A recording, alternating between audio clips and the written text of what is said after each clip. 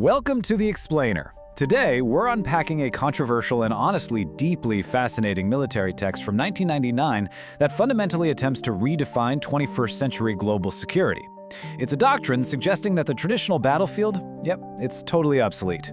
It replaces it with a war that encompasses absolutely every single aspect of human life. Our modern war is already being fought all around us, right now, without a single bomb dropping or a formal declaration ever being made.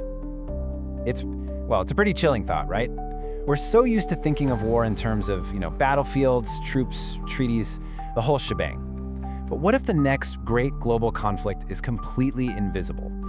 Section 1. War without weapons. Okay, let's dive into this. To really understand this massive paradigm shift, we've kind of got to strip away all our preconceived notions of what a weapon actually is, or even who a combatant is. The authors here present a core thesis. The battlefield is no longer a defined physical space. It's everywhere, literally everywhere.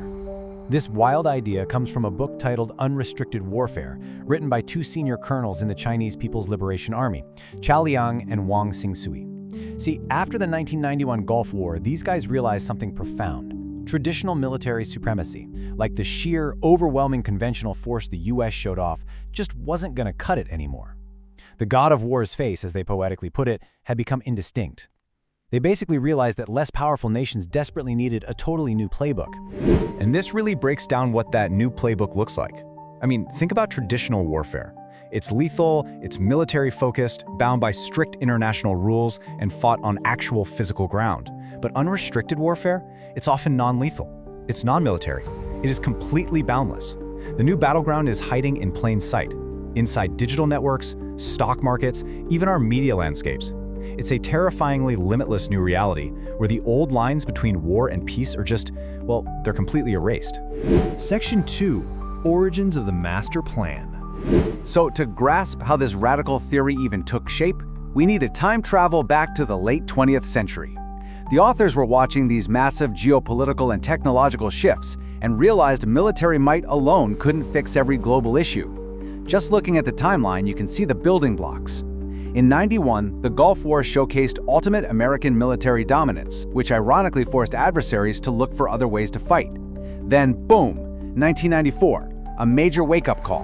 A 16-year-old hacker literally breaches the US Department of Defense systems at the Rome Air Development Center.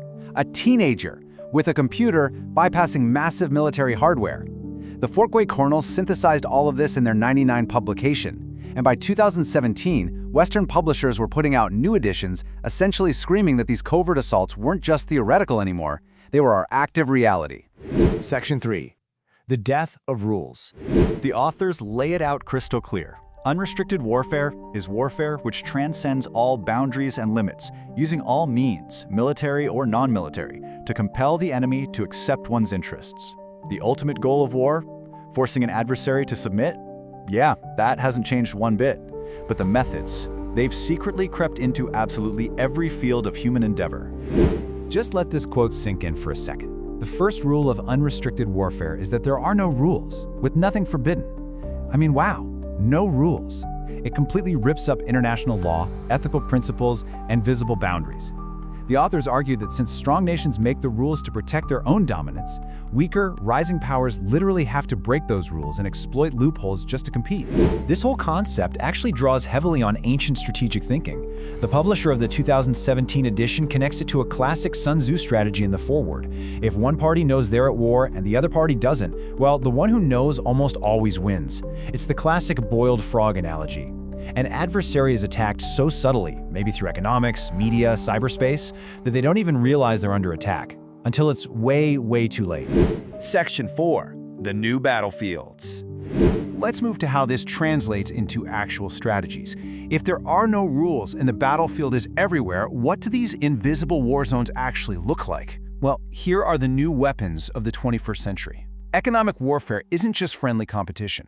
It's using trade imbalances and currency manipulation to intentionally wreck a target's financial stability. Network warfare turns everyday computer code into a weapon that can completely blind military systems. Media warfare weaponizes information to manipulate public opinion and stir up civil unrest. And terrorism? That's the ultimate end run around state-to-state rules. These are the invisible battlefields, and the damage they do can absolutely rival a conventional missile strike. Now, I want you to consider this massive number, 230,000. According to the text, that is the number of security-related intrusions into U.S. Department of Defense networks in just the year 1994 alone. 1994! And the craziest part? A huge chunk of these were pulled off by individuals or tiny, unorganized groups, not massive rival nation-states. Which brings us to a genuinely terrifying realization. The soldiers of this new war, they don't wear uniforms. The new warriors could literally be anonymous hackers writing code in their basements. They could be wealthy financiers moving massive amounts of mobile capital just to crash a currency. They could be media moguls steering public sentiment or non-state terrorist groups. War has fundamentally been civilianized. The state's monopoly on violence is, for all intents and purposes, officially over. Section 5. The power of asymmetry. So how exactly does a weaker nation, or even a non-state group, use these tools against a massive superpower? Well, traditional strategy is all about matching strength for strength, tanks against tanks. But asymmetrical strategy, the book brilliantly describes it as a mouse toying with the cat. It demands that a weaker entity absolutely refuse direct military confrontation. Instead, they hit the unexpected soft spots. Maybe a nation's banking system, its power grid, or its elections. Areas where having the biggest military in the world is utterly useless. So the crucial point really boils down to these core tenets. To actually pull this off, the authors suggest omnidirectionality. Basically, an attacker needs 360-degree vision to combine every possible factor: political, economic, military. They also heavily emphasize synchrony. You have to conduct simultaneous actions across all these different domains to completely overwhelm the enemy. And they advocate for using unlimited measures, seriously anything and everything, to achieve a specific limited objective. All of it driven by that core idea of asymmetry. Section 6. Reshaping global security. Bringing this all back to the present day, we really have to ask how a master plan from 1999 is actively reshaping our 21st century world. Take a look at this classic 1917 poster by James Montgomery Flagg. The publisher of the 2017 edition of Unrestricted Warfare specifically chose this Wake Up America imagery for their cover. And why? Because they are arguing that Western democracies are basically asleep at the wheel right now.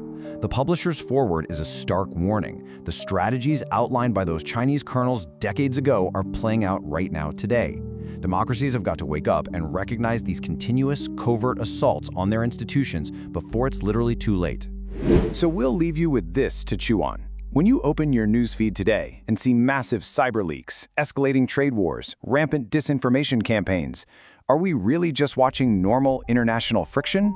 Or, as the doctrine of unrestricted warfare suggests, has the war already begun and we just haven't realized it yet? It's a question we absolutely need to be asking.